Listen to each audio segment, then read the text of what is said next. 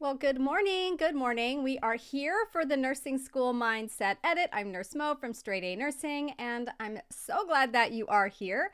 Today, we're talking about memorizing versus conceptualizing for nursing school. So, let me just give people a minute to show up while I get my notes together, and we will get rolling.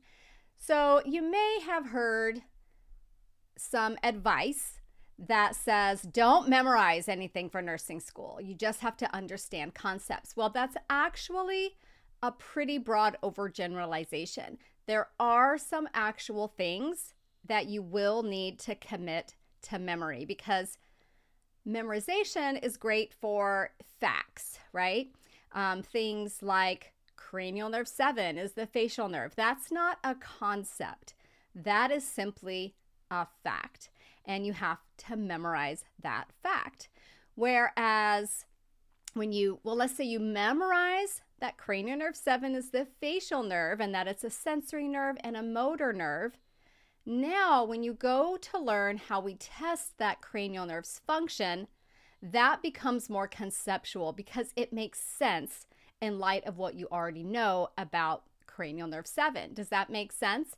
So when you're looking at memorizing in nursing school versus conceptually understanding something, what I recommend students do is look at what you're learning objectively. And if what you are learning is just a straight fact, then that could be something that you should or need to memorize.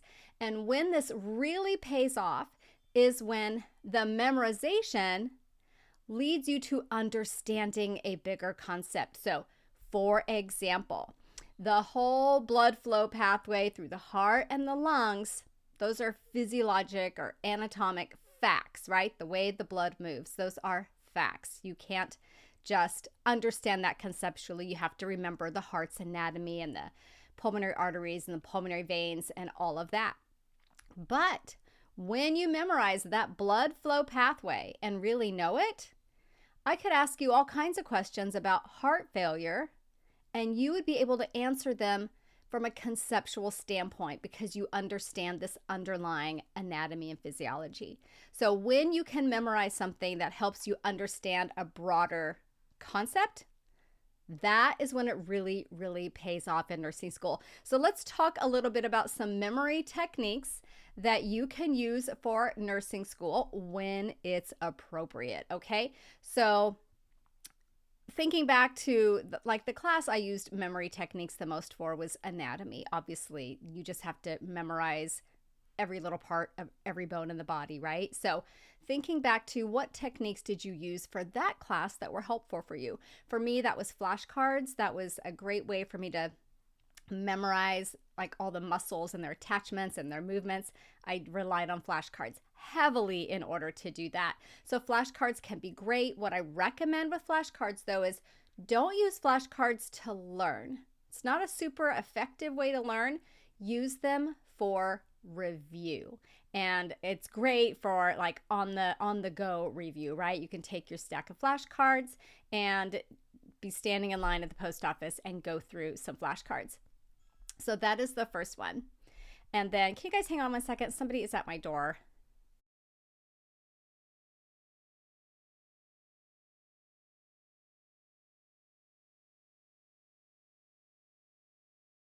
I'm so sorry, you guys. Hang on 1 quick second.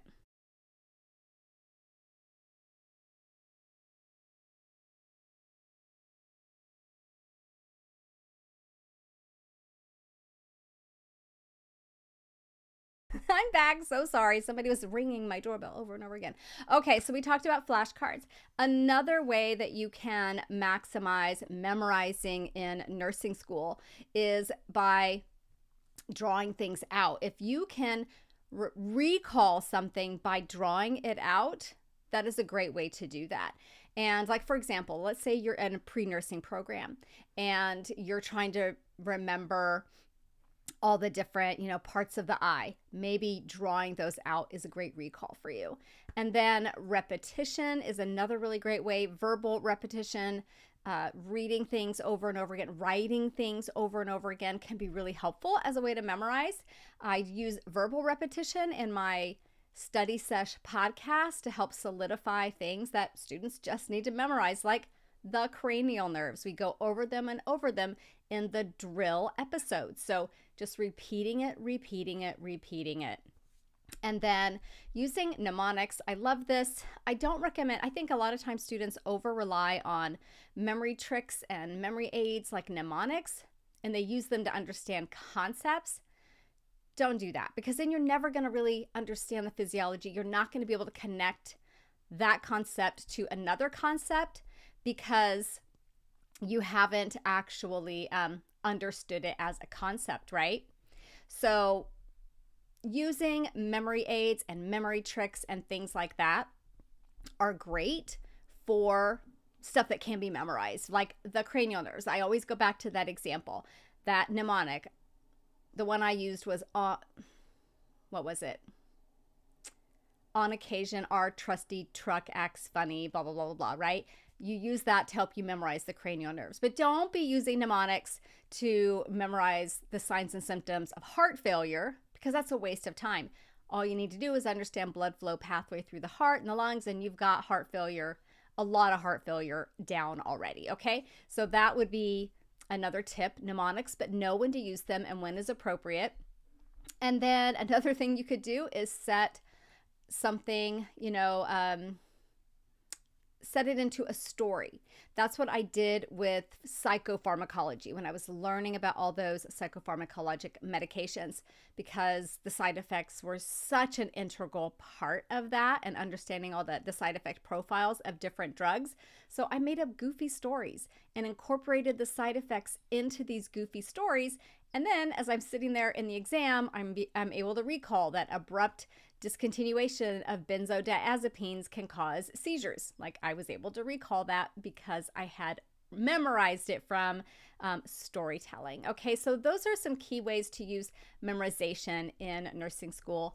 The key thing, though, again, is knowing when to apply it and when it's appropriate. It's not for understanding concepts. It's not for understanding physiology or pathophysiology. It's for just for learning things that really can't just be classified as facts, okay? Now let's talk about conceptualizing. This is what you will use the most in nursing school. And again, we know when you're at the bedside, you're going to be using this way more than relying on your memory. Thinking that you can rely on your memory is 100% setting yourself up to fail, because as you know, memories are fallible and things dissipate over time, right? So we're going to get really good at conceptualizing information. So what this means is putting the pieces of the puzzle together.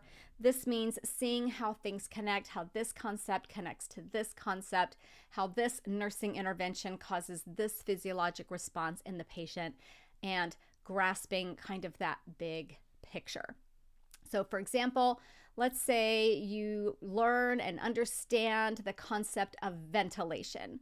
Well, when you understand the concept of ventilation, then you understand why the intervention for a patient who had an opioid overdose isn't just to put more oxygen on the patient, is to actually manually ventilate the patient. So that's what I mean when I say understand underlying concepts. So some methods that you can utilize to help you conceptualize information for nursing school. The one that I recommend the most, that I get the most pushback on, but is actually one of the most helpful things that you can do, is to rewrite your notes into your own words. So think about it. You go to class, you've got a PowerPoint presentation, right? Everybody uses PowerPoint presentations with bulleted lists. And maybe you get a printout of that PowerPoint or a PDF, and you've got your iPad and you're taking notes. So your notes from that lecture is basically going to be bullet point lists with your scribbles off to the side. Bullet point lists from a PowerPoint presentation do not show you how each item relates to the other. One could be a consequence of the item above it. It could be an additional item. It could be an exclusionary item. You don't know how the items in the list relate to each other, because let's face it, not everybody's great at making these presentations. And I know you try to connect the dots by scribbling some notes off to the side. I don't know about you. My handwriting is terrible, especially when I'm in a hurry and trying to keep up with the lecturer. So when you come back, let's say you're noticing that when you come back to your notes a week later, 2 weeks later, and you're feeling kind of lost as you're looking at them, that should never, ever happen. When you go back and go through your notes when it's fresh and rewrite them into paragraph form, I'm not saying you're writing a novel, you're writing a paragraph summary of that concept that was taught.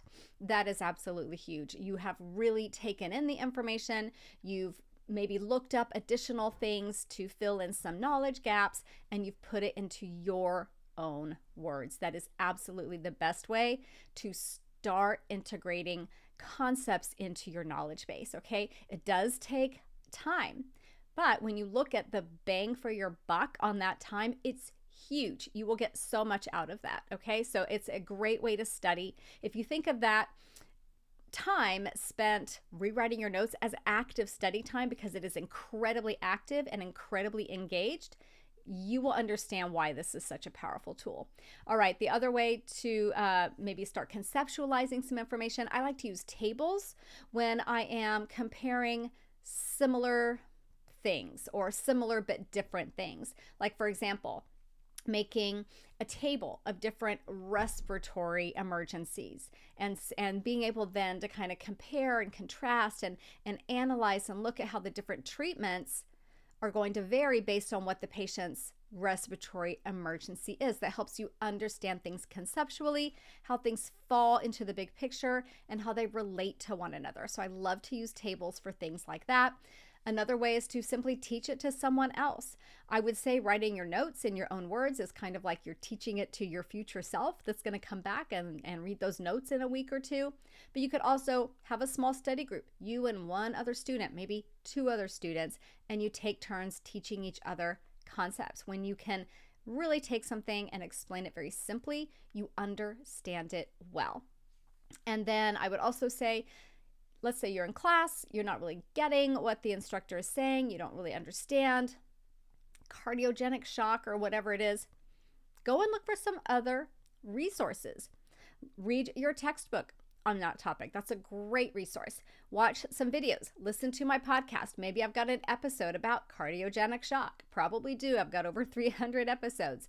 So find the information out there explained in different ways, but make sure you're going to reliable resources. Don't just go and ask a whole bunch of other nursing students. I guarantee you'll get some right answers, 100% you will. You'll also get some not great answers. So best to go to reputable resources to get those concepts explained to you just in another way. Sometimes hearing it in another way really makes it click, okay?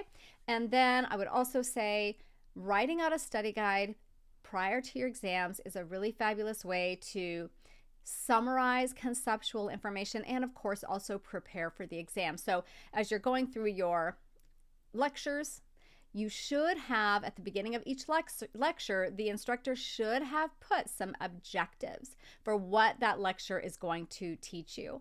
And take those objectives and turn that into a study guide. And now you're going to be super prepared for your exam. So that sums up my tips for memorizing and conceptualizing in nursing school and knowing when to use each technique. Obviously, conceptual learning is going to be, 90% of it, but there is going to be some memorization that does have to take place because, frankly, some of it is simply just facts, right? So you need to memorize those facts and you need to know when it's appropriate to do that and some tips for how. So I hope that was helpful for you. And then let's see what we're talking about tomorrow on the Mindset Edit. Tomorrow we're going to talk about bouncing back from a failure or a setback in nursing school. So I'll see you for that. Bye.